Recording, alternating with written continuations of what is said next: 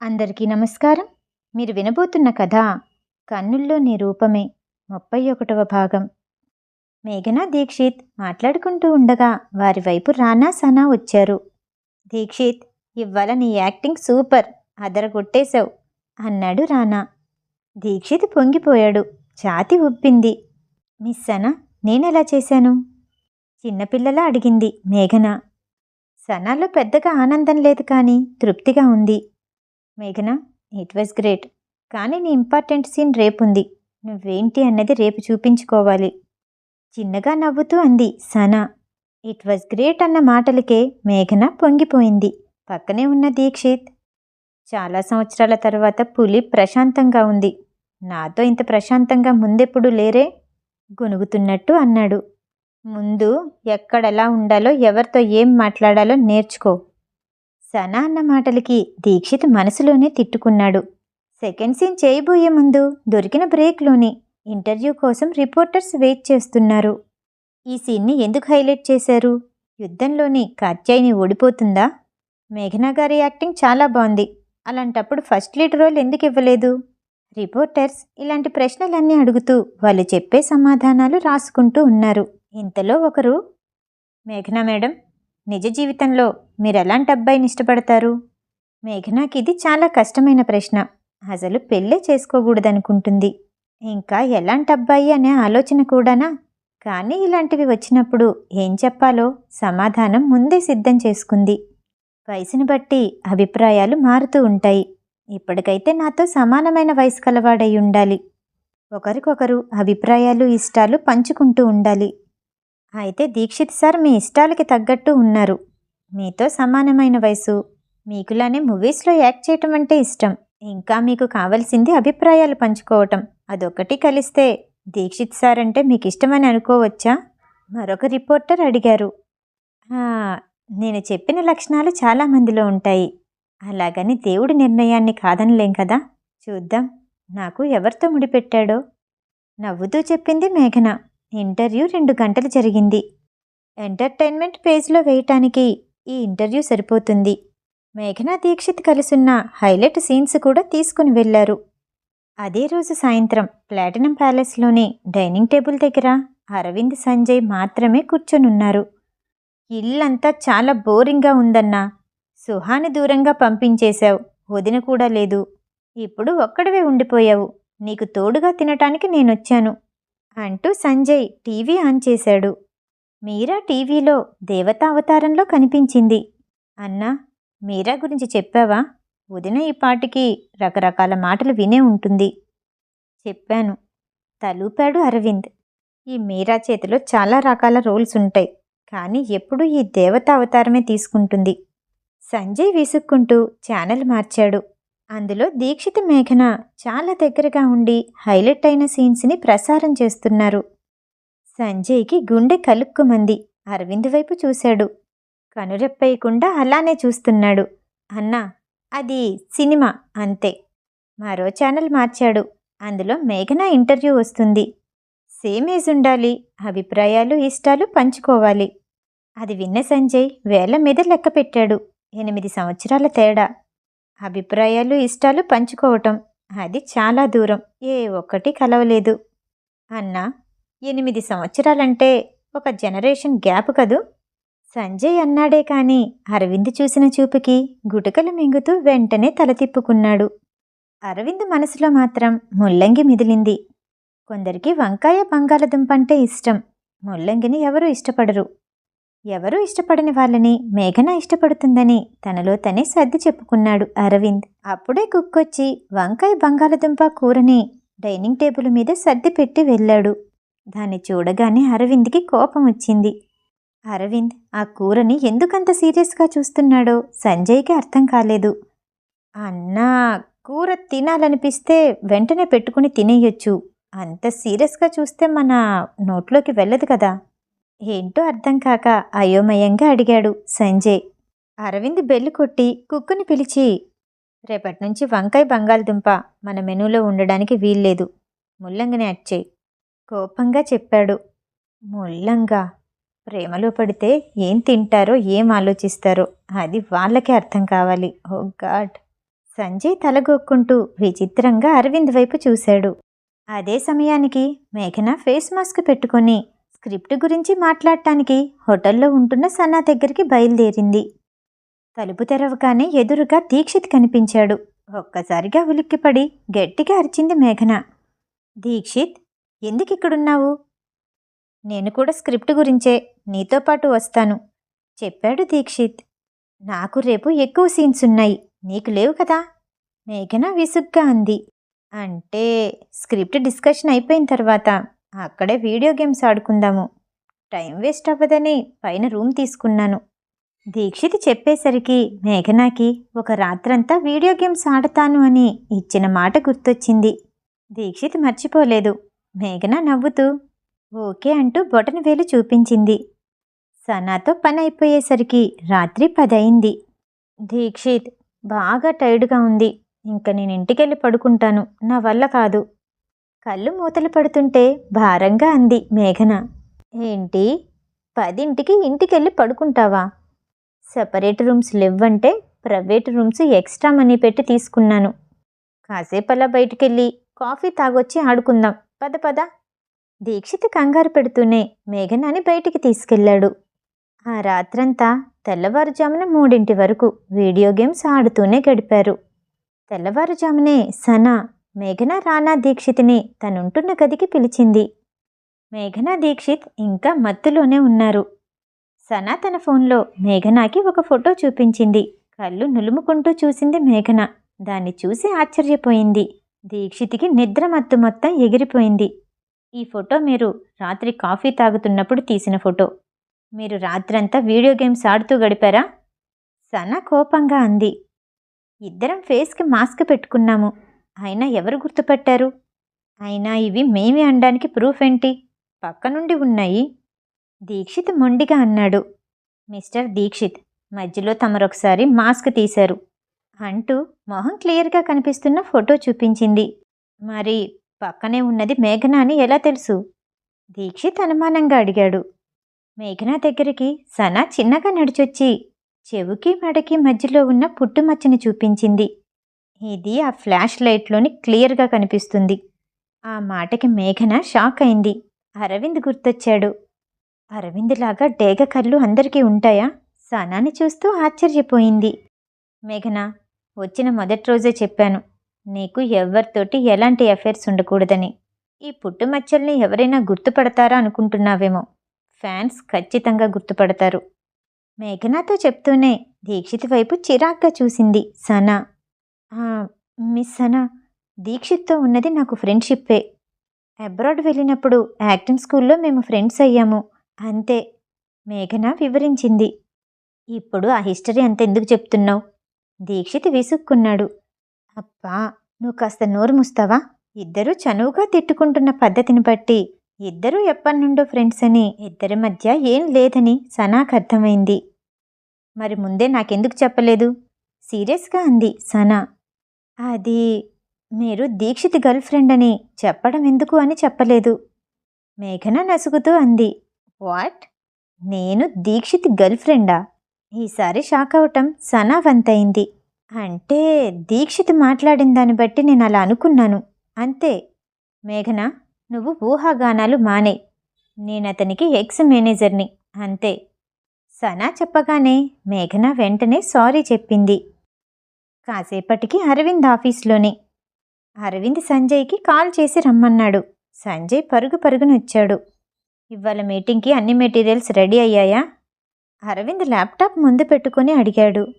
Done boss, ఇంకో ½ అన్ అవర్లో start అవుతుంది, సంజయ్ చెప్పాడు. ఓకే, అన్ని డిపార్ట్మెంట్స్కి ఇన్ఫామ్ చెయ్యి, ½ అన్ అవర్లో మీటింగ్కి రమ్మని. అరవింద్ అంటున్నా సంజయ్ అక్కడి నుంచి కదల్లేదు. అరవింద్ తలెత్తి చూసి ఏమైంది అని అడిగాడు.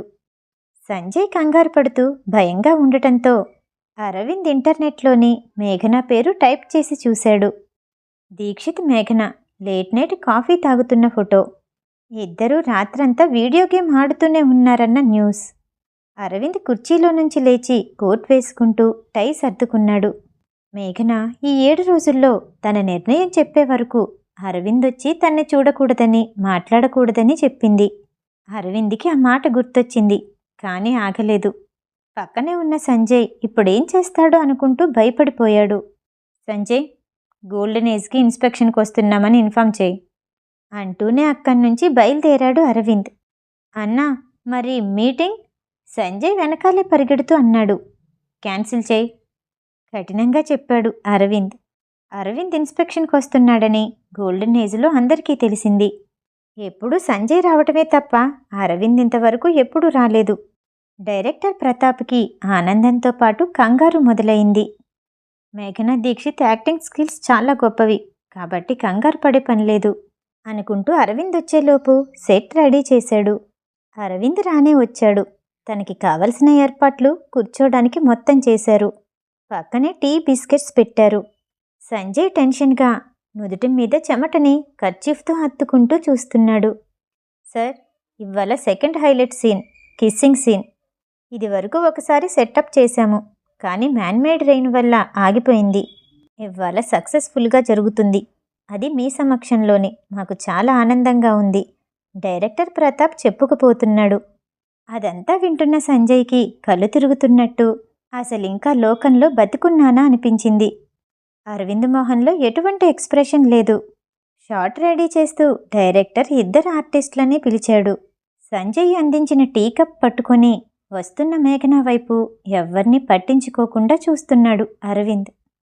మేఘన నడుస్తూ వస్తూ అక్కడ కూర్చున్న అరవింద్ని చూడగానే ఒళ్ళంతా చల్లబడిపోయింది. ఓకే, స్టార్ట్ చేద్దామా? యాక్టర్స్ మీ పొజిషన్కి రండి డైరెక్టర్ చెప్పగానే లైట్స్ కెమెరాస్ ఆన్ అయ్యాయి. మేఘన రెడ్ అండ్ బ్లాక్ ఫ్రాక్లోని మాస్క్ పెట్టుకొని ఉంది. చిన్నగా అరవింద్ వైపు చూసింది. చాలా కోపంగా వేటాడే పులిలా కనిపించాడు. చూపు తిప్పుకుంటూ యాక్టింగ్కి రెడీ అయింది. అంతకుముందు సీన్ వరకు అప్పుడు చేశారు. ముద్దు సీన్ ఒకటే మిగిలిపోయింది. ఆ చూపులకు అర్థమేంటి నాదా అంటూ సిగ్గుపడుతూ దీక్షిత్ చుట్టూ తిరిగి పెదాల్ని ముద్దాడే సీన్ అది. పక్కనే ఉన్న సంజయ్కి పై ప్రాణాలు పైనే పోతున్నట్టు ఉంది. మేఘన తన డైలాగ్ చెప్పి దీక్షిత్ చుట్టూ తిరిగి మాస్క్ తీసి దగ్గరకొస్తూ ఉంది. చిన్నగా దీక్షిత్ పెదాల దగ్గరికి రాబోతుండగా సంజయ్ గట్టిగా కళ్ళు మూసుకున్నాడు. అన్నా, అది యాక్టింగ్, నిజం కాదు. చేతిలో ఉన్నది స్టీల్ కప్పు కాదు. అదిప్పుడు పగిలిందంటే రేపు పెద్ద న్యూస్ అవుతుంది. గొనుక్కుంటూ ఒక్క కన్ను తెరిచి అక్కడేం జరుగుతుందో చూస్తూ కళ్ళు మూస్తూ ఉన్నాడు సంజయ్. ఇంకో 2 సెకండ్లలో దీక్షిత్కి దగ్గరగా వెళ్ళబోతుండగా డైరెక్టర్ కట్ చెప్పాడు. మేఘన, ఏమైంది ఇవాళ నీకు? మొహంలో ఏ ఎక్స్ప్రెషన్ లేదు అరిచాడు డైరెక్టర్. సారీ, నేను రెడీగా లేను మేఘన తడబడుతూ అంది. అంత పెద్ద కంపెనీకి ప్రెసిడెంట్, సీఈఓ అరవింద్ ముందు చెయ్యాలంటే కొంచెం భయపడుతుంది అనుకున్నాడు director. Okay okay, get ready. వెంటనే సెకండ్ టేక్ స్టార్ట్ చేశారు. ఏంటి నాదా అలా చూస్తున్నావు? డైరెక్టర్ వెంటనే కట్ చెప్పారు. మేఘన, డైలాగ్ ఏంటి? ఆ చూపులకు అర్థమేంటి నాదా? వెంటనే థర్డ్ టేక్ స్టార్ట్ అయింది. ఆ చూపులకు అర్థమేంటి నాదా? ఇలా అన్న ప్రతిసారి దీక్షిత్ మేఘనాని కౌగిలించుకోవాలి.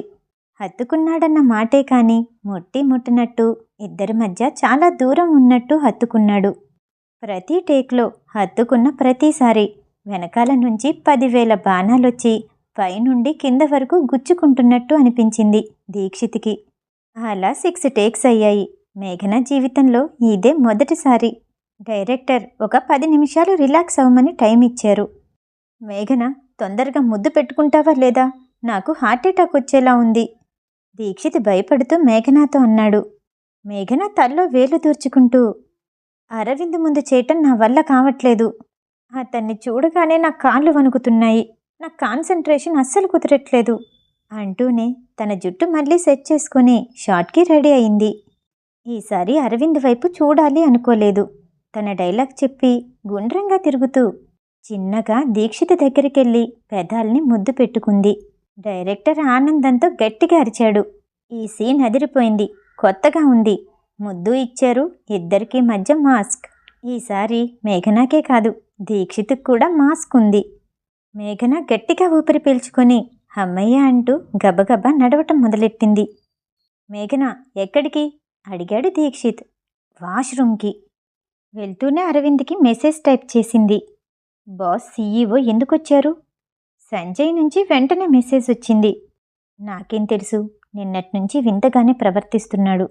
కుక్కుతోటి వంకాయ బంగాళదుంప వండొద్దని చెప్పాడు. పైగా ముల్లంగి వండమన్నాడు. టీవీలో నీ ఇంటర్వ్యూ కూడా చూశాడు. దానికి బోనస్గా మీరు కాఫీ తాగిన ఫోటోలు, వీడియో గేమ్ ఆడిన ఫోటోలన్నీ చూశాడు. మీటింగ్ని క్యాన్సిల్ చేసి ఇన్స్పెక్షన్కి వెళ్దామంటూ ఇటు తీసుకొచ్చాడు. ఇప్పుడేం చేయబోతున్నారో నీకేమన్నా తెలుసా? వెంటనే మేఘన అడిగింది. నీకేం తెలుసు? నాకు అంతవరకే తెలుసు. మేబీ నిన్ను చూడటానికి రావచ్చు. జాగ్రత్త. ఆ లాస్ట్ సెంటెన్స్ చదవటం పూర్తి కానే లేదు. ఎవరో వెనకాల నుంచి నడుముని పట్టుకుని ఎత్తుకుని తిప్పుతూ పక్క రూంలోకి తీసుకెళ్లారు. ఫోన్ చూస్తున్న మేఘనాకి భూమి గుండ్రంగా తిరుగుతూ ఒక్కసారి వాష్రూంలోకి తోసేసినట్టు అనిపించింది. వెంటనే ఎవరో డోర్ క్లోజ్ చేశారు. తిరిగి చూస్తే అరవింద్ ఉన్నాడు. సంజయ్, ఇంత మోసం చేస్తావా? డోర్ వైపు చూస్తూ తిట్టుకుంది. మేఘనాని గోడవైపు నిల్చోపెట్టి అరవింద్ ఎదురుగా నిల్చొని ఒక చెయ్యి గోడ మీద వేసి మరో చెయ్యి మేఘన నడుం పట్టుకుని దగ్గరికి లాక్కున్నాడు. మేఘన తన తల్లో పెట్టుకున్న పొడవుగా షార్పుగా ఉన్న పిన్నుని తీసి అరవింద్ పొట్ట దగ్గర పెట్టింది. అరవింద్ అదేమీ పట్టించుకోలేదు. మేఘన మెడవంపుల్లో తలపెట్టి భుజాల వరకు పెదవులతో తడుముతూ ముద్దు పెట్టుకుంటూనే ఉన్నాడు. మేఘన ఏమీ చెయ్యదని అరవింద్కి తెలుసు, ఏమీ చెయ్యలేదని తనకే తెలుసు. ఈ టైంలో ఈ రాక్షసుడికి ముద్దు అర్జెంట్ అయిందా? మేఘన ఆలోచిస్తూ ఉండగానే చెవి వెనక నుండి వచ్చిన పెదాలు తన పెదాల్ని అందుకున్నాయి. చిన్నగా తోస్తూ, అరవింద్ ప్లీజ్ స్టాప్ అంటూ మత్తుగా మూలిగింది. అరవింద్ ఆపేశాడు. మేఘన కళ్ళల్లోకి చూస్తూ, ఆపమంటున్నావు కానీ దూరంగా మాత్రం జరగట్లేదు. నా స్పర్శని నీ మనసు కోరుకోకపోవచ్చు, కానీ అణువణువు ఆనందిస్తుంది. ఇంకాస్త బలవంతం చేస్తే నాలో మొత్తం కలిసిపోతావు. కానీ ఎందుకు దూరం పెడుతున్నావు? నేనంటే ఇష్టమే. అరవింద్ మేఘన జుట్టుని సరిచేస్తూ బొగ్గల్ని తాకుతూ అడిగాడు. మీరు 7 రోజులు నాకు టైం ఇచ్చారు. చూడకూడదన్నాను. ఎందుకొచ్చారు? నిన్ను చూడ్డానికి ఎక్కడొచ్చాను? ఇన్స్పెక్షన్కి వచ్చాను. నువ్వు కనిపించావు. అరవింద్ నవ్వుతూ అన్నాడు. అయితే ఇప్పుడు చేస్తుందేంటి? ఇన్స్పెక్షనా? అలిగినట్టు మొహం పెట్టి అంది మేఘన. అరవింద్ తన్ని మళ్ళీ దగ్గరికి లాక్కోపోయాడు. మేఘనాకి కోపం వచ్చింది. తన మనసు పదే పదే చెప్పు మేఘన చెప్పు అని అరుస్తూనే ఉంది. మేఘన గట్టిగా కళ్ళు మూసుకొని అరవింద్ వైపు చూడకుండా, నా మనసులో మరొకరున్నారు. ఆ ఒక్కరికే నేను భర్త స్థానాన్ని ఇవ్వగలను. ఎన్ని జన్మలైనా సరే అతని ప్లేస్లోకి ఎవరూ రాలేరు. గబగబా అప్పచెప్పినట్టు చెప్పింది మేఘన. మేఘన మాట్లాడుతుంటే అరవింద్కి కాలం ఆగిపోయినట్టు అనిపించింది. మేఘన మొహాన్ని చేతుల్లోకి తీసుకొని, అబద్ధం చెప్తున్నావు కదూ? ఎంతో బాధగా అడిగాడు అరవింద్. లేదు, ప్రామిస్. నేను చెప్పింది అబద్ధమే అయితే జీవితంలో నేనెప్పటికీ ఫేమస్ అవ్వలేను. నా మీద ఒట్టేసి చెప్తున్నాను. నా మనసులో ఉన్న అతనితోటే నా జీవితం. అరవింద్కి భూమి ఆకాశం ఒక్కటైనట్టు అనిపించింది. ఒక్కసారిగా తలుపులు తెరుచుకుని బయటకొచ్చి వేగంగా నడుస్తూ వెళ్ళిపోయాడు. మేఘన, ఇప్పుడు నువ్వు కరెక్ట్గా చేశావు. ఇది స్టార్టింగ్ నుంచే చేయాల్సింది, ఇంతవరకు వచ్చేది కాదు. తన్ని తానే పొగుడుకుంటుంది మేఘన. చిన్నగా వాష్రూమ్ నుంచి బయటకు వచ్చేసరికి గోడ కానుకొని సిగరెట్ తాగుతూ మేఘనానే సీరియస్గా చూస్తున్న దీక్షిత్ని చూసి కంగారు పడింది మేఘన. దీక్షిత్, నువ్వేంటిక్కడా? మేఘన అడిగేసరికి దీక్షిత్ గట్టిగా పొగదులుతూ, నువ్విష్టపడ్డవాడు, నువ్వు ప్రేమించినవాడు, నీ మనసు నిండా నిండిపోయి ఉన్నవాడు ఎవడైనా సరే అరవింద్ కాలి గోటికి కూడా పనికిరారు. ఎలాంటి వజ్రాన్ని పోగొట్టుకుంటున్నావో నీకు అర్థమవుతుందా? డబ్బు అందం అన్నీ ఉన్నా 32 సంవత్సరాలొచ్చినా పెళ్లి చేసుకోలేదంటే ఆడపిల్లల మీద ఇంట్రెస్ట్ లేదేమో అని చాలామంది కామెంట్ చేశారు. అతని జీవితంలో ఒక్క ఆడపిల్ల కూడా లేదు. అలాంటి అరవింద్ నిన్ను చూడగానే పిచ్చెక్కిన వాడిలా చేస్తున్నాడు. నీకోసం అన్నీ వదిలేసుకొని నీ చుట్టూనే తిరుగుతున్నాడు. నిన్ను అపురూపంగా చూసుకుంటున్నాడు. అందుకే చులకనైపోయాడా? కోపంగా అరుస్తూ చేతిలో ఉన్న సిగరెట్ని దూరంగా విసిరేసి మరో సిగరెట్ని వెలిగించాడు దీక్షిత్. ఆ మాటలకి మేఘన ఆశ్చర్యపోయింది. అదేంటి దీక్షిత్, నువ్వే ఎన్నోసార్లు చెప్పావు మీ మామతో జాగ్రత్తగా ఉండమని? పిచ్చిదానా, అప్పుడు చెప్పాను. అప్పుడు అరవింద్ అంటే నీకిష్టం లేదు. ఇప్పుడు ఇష్టపడుతున్నావు. నా ఫ్రెండ్ అత్త ప్లేస్లో రాకూడదనుకున్నాను. అప్పట్లో అరవింద్ మీద నాకు నమ్మకం లేదు. దూరంగా ఉండి చూస్తున్న నాకే అర్థమవుతుంది అరవింద్ నిన్ను ఎంత గాఢంగా ప్రేమించాడో. అన్ని రోజులు దగ్గరగా ఉన్నావు. నీకు అర్థం కావట్లేదా? అసలు నీ స్టేటస్ని, జాబ్ని కూడా అరవింద్ పట్టించుకోలేదు. నా మామని చెప్పుకోవడం కాదు కానీ ఒక ఆడపిల్ల కోసం జీవితాన్ని ఇచ్చేసేలా తయారయ్యాడు. దీక్షిత్ కోపంగా అంటుంటే మేఘనా గుండెలో అగ్నిపర్వతం బద్దలవుతున్నట్టు ఉంది. ఇంకొన్ని రోజులు కష్టపడితే తన స్టేటస్ మారొచ్చు, జాబ్ మారొచ్చు, సొసైటీలో తన గౌరవం పెరగొచ్చు. కానీ 5 సంవత్సరాల క్రితం తను కన్న బిడ్డ, నాకు జరిగిన అన్యాయం మారుతుందా? భవిష్యత్తులో చేసుకున్నాక నేనొక బిడ్డకి జన్మనిచ్చానని తెలిస్తే ఆలోచిస్తూనే పైకి బాధని కనపడనీయకుండా అక్కడి నుంచి వెళ్ళిపోయింది మేఘన. అరవింద్, సంజయ్ ఇంటికి తిరిగొచ్చేశారు.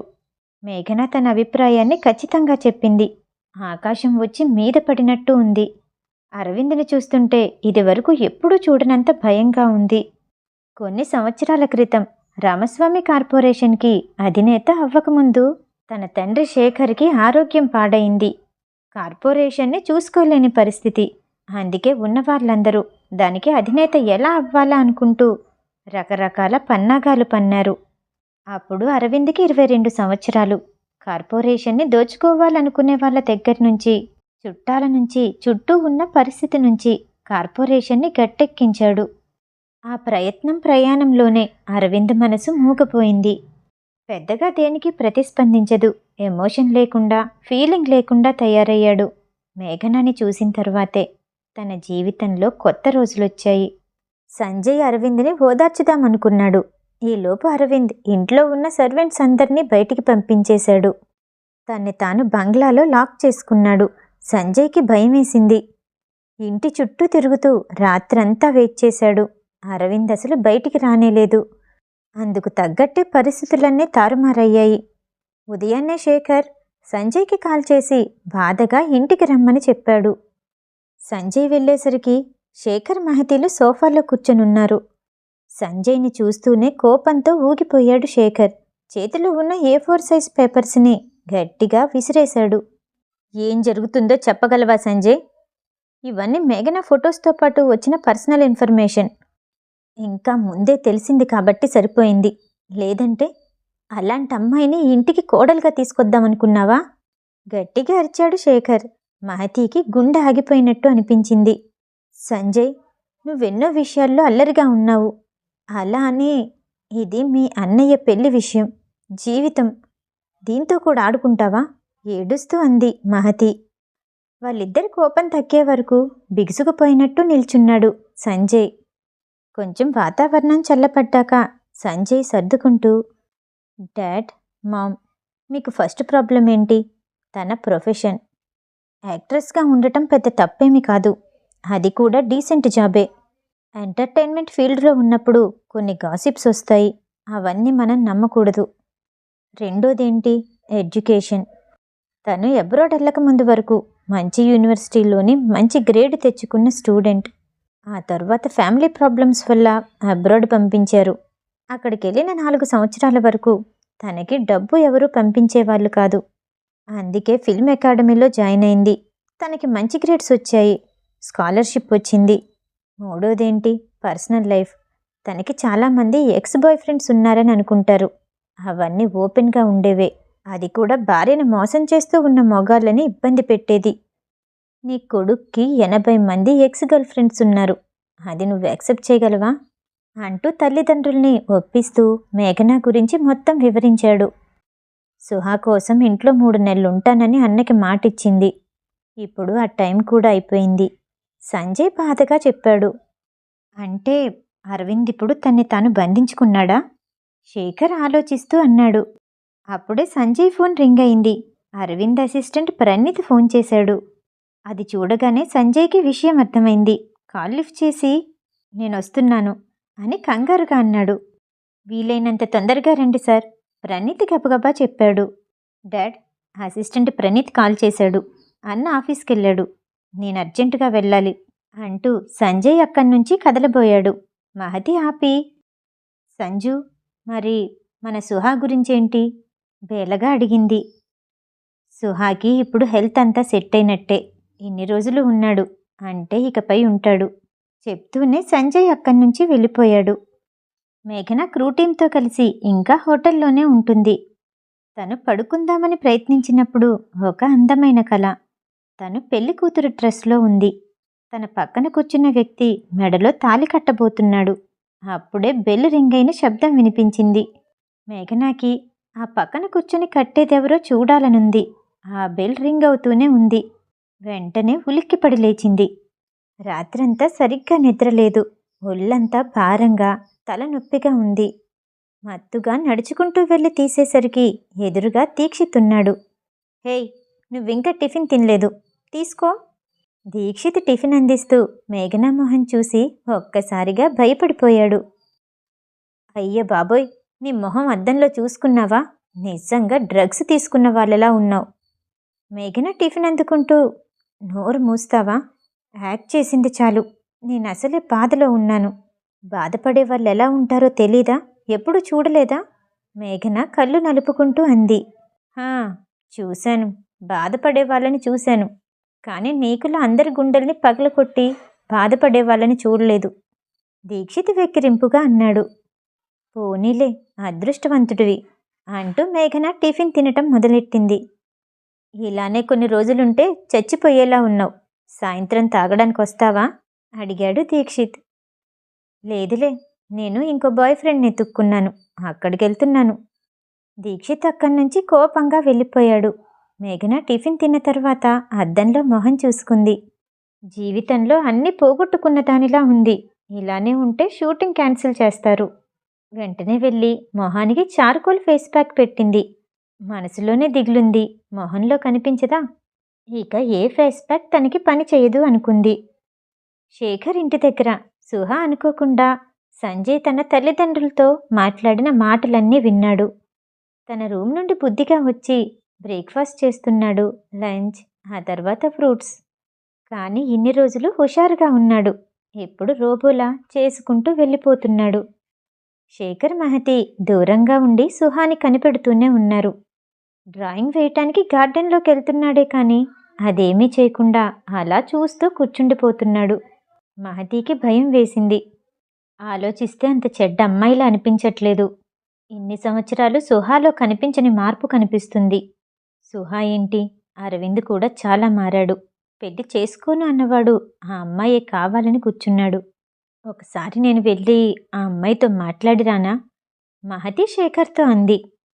నువ్వు వెళ్తానంటే వెళ్ళు. ఆ అమ్మాయి రివర్స్ సైకాలజీ వాడుతుందేమో, ఎవరికి తెలుసు? నాకింకా పూర్తిగా నమ్మకం లేదు. నేను సుహాకి తోడుగా ఉంటాను, కావాలంటే నువ్వు మాట్లాడు. మరో మాటకి తావివ్వకుండా అక్కడి నుంచి వెళ్ళిపోయాడు శేఖర్. సిటీ అవుట్స్కట్స్లోని ఫ్యాషనబుల్గా ఉండే యూత్ అంతా ఒక్కచోట గుమికూడున్నారు. అందులో ఒకతనికి పొట్టి జుట్టు, ఎడం చెవికి పోగు, కుడి చేతి నిండా పెద్ద టాటూ ఉంది. హేయ్, నా కార్ రెడీ అయిందా? అడిగాడతను. పక్కనే ఉన్న ఇంకో అతను, నీ కార్ ఎప్పుడో రెడీ అయింది, నువ్వు సిద్ధంగా ఉండు అంటూ పక్కకి తిరిగి చూసి, ఇందులో విన్నైన వాళ్ళకి ఆ అమ్మాయితో ముద్దంట కళ్ళు తిప్పుతూ చెప్పాడు ఆ ఇంకో అతను. అది నీ కారేది? అడిగాడతను. అది మెయింటెనెన్స్ కోసం ఇచ్చాలే, వేరే వాళ్ళది తీసుకొచ్చాను. బద్ధకంగా వచ్చింది ఆ గొంతు. తన కారు అరవింద్ దగ్గర ఉండిపోయింది. అది ఈ సమయంలో తీసుకురావటం మంచిది కాదని ఆగిపోయింది మేఘన. మేఘన అప్పుడప్పుడు కార్ రేసింగ్లో పాల్గొంటూ ఉంటుంది. తనకిక్కడ ముద్దు పేరు ఆది. ఇక్కడున్న వాళ్ళంతా రైడింగ్లోనే తనకి పరిచయమైన స్నేహితులు. బాధగా అనిపించిన రోజుల్లోనే ఇలా రైడింగ్కి వెళ్తూ, బార్కి వెళ్తూ తన సమయాన్ని అలా గడిపేస్తూ ఉండేది. అరవింద్ సుహా తన జీవితంలోకి వచ్చాక ఇవన్నీ మర్చిపోయింది. అక్కడున్న అతను నెంబర్స్ కౌంట్ చేశాడు. 1 అనగానే అందరూ ఒక్కసారిగా ముందు కురికారు. టాటూస్ వేయించుకున్న అతను, మేఘన పోటీ పడి తీసుకెళ్తున్నారు కారుని. అతను మేఘనాని ఒక పక్కగా పడేయాలనుకున్నాడు. మేఘన తన చాకచక్యంతో ఎప్పట్లానే తనే విన్ అయింది. ప్రైజ్ తీసుకుంటూ ఆ అందమైన అమ్మాయి ముద్దందుకోకపోతే తను అబ్బాయి కాదు అనుకుంటారని ముద్దు కోసం ముందుకి వంగింది. ఆ అమ్మాయి పెదాల మీద ముద్దాడటానికి ఆశగా ముందుకొచ్చింది. కానీ తన బుగ్గ తగిలింది. అలిగినట్టు మొహం పెట్టింది ఆ అమ్మాయి. మేఘన నవ్వుకుంటూ అక్కడి నుంచి వెళ్ళిపోయింది. పూర్తిగా తెల్లవారకముందే మేఘన హోటల్కొచ్చి చేరుకుంది. ఒక్క 3 గంటలు నిద్రపోయింది. తనకి ఇష్టమైన పని చేసొచ్చేసరికి తనకి హాయిగా ఉండటమే కాదు, మొహం అందంగా కూడా కనిపిస్తుంది. ఉదయాన్నే వచ్చిన దీక్షిత్ మేఘన చుట్టూ కుక్కలాగా తిరుగుతూ అంతా పైనుండి కింద వరకు గమనించాడు. నువ్వు నాకు పెద్ద తలనొప్పిలా తయారయ్యావు. ఏమైంది? మాట్లాడు దీక్షిత్. మేఘన విసుక్కుంది. దీక్షిత్ కనుబొమ్మలు ముడిచి కళ్ళు చిన్నవి చేసి చూస్తూ, మేఘన, నాతో నిజం చెప్తే మంచిది. రాత్రంతా ఎక్కడికెళ్ళావు? పైగా నిన్నటికంటే ఇవ్వాల్టికి నీ మొహంలో చాలా కలొచ్చింది. ఏం చేశావు? అడిగాడు. నేను జస్ట్ రెస్ట్ తీసుకున్నాను అంతే. ఏంటి? నువ్వు జస్ట్ రెస్ట్ తీసుకున్నావా?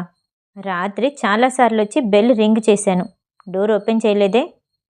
నువ్వేమన్నా వాచ్ డాగువా నన్ను చూస్తూ ఉండటానికి? నువ్వెందుకు డోర్ బెల్ రింగ్ చేయాలి? మేఘన మొండిగా అంది. నువ్వు టాపిక్ మార్చకు. ఏదో ఇల్లీగల్ పని చేస్తున్నావని అనిపిస్తుంది. దీక్షిత్ అనుమానంగా అన్నాడు. అవును, నేను ఇల్లీగల్ పనే చేస్తున్నాను. ఒకవేళ దొరికిపోయాననుకో, జైల్లో వెళ్ళి పడతాను. నువ్వు కూడా వస్తావా? మేఘన అందే కానీ రాత్రి ఎక్కడికెళ్ళింది చెప్పనేలేదు. దీక్షిత్కి మేఘన ఏం చేసుంటుందో అని భయంగా ఉంది. ఆ తర్వాత 2 రాత్రులు కూడా దీక్షిత్ గమనిస్తూనే ఉన్నాడు. మేఘన ఎక్కడికి వెళ్ళలేదు.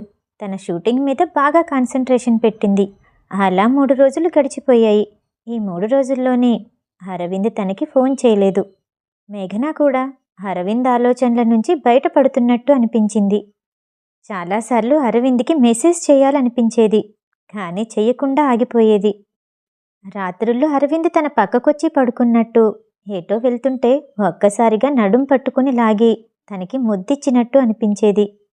అరవింద్ తన్ని దగ్గరికి తీసుకున్న క్షణాలు గుర్తొస్తే మనసు బాధగా మూలిగేది. అరవింద్ని ముచ్చటగా 3 రోజుల్లో మర్చిపోయానని ఆనందపడిపోయింది మేఘన. మిగతా కథ తర్వాయి భాగంలో. ఈ కథ వినటం మీకు నచ్చినట్టయితే లైక్ చేసి సబ్స్క్రైబ్ చేయండి. మళ్ళీ రేపు కలుద్దాం. నమస్తే.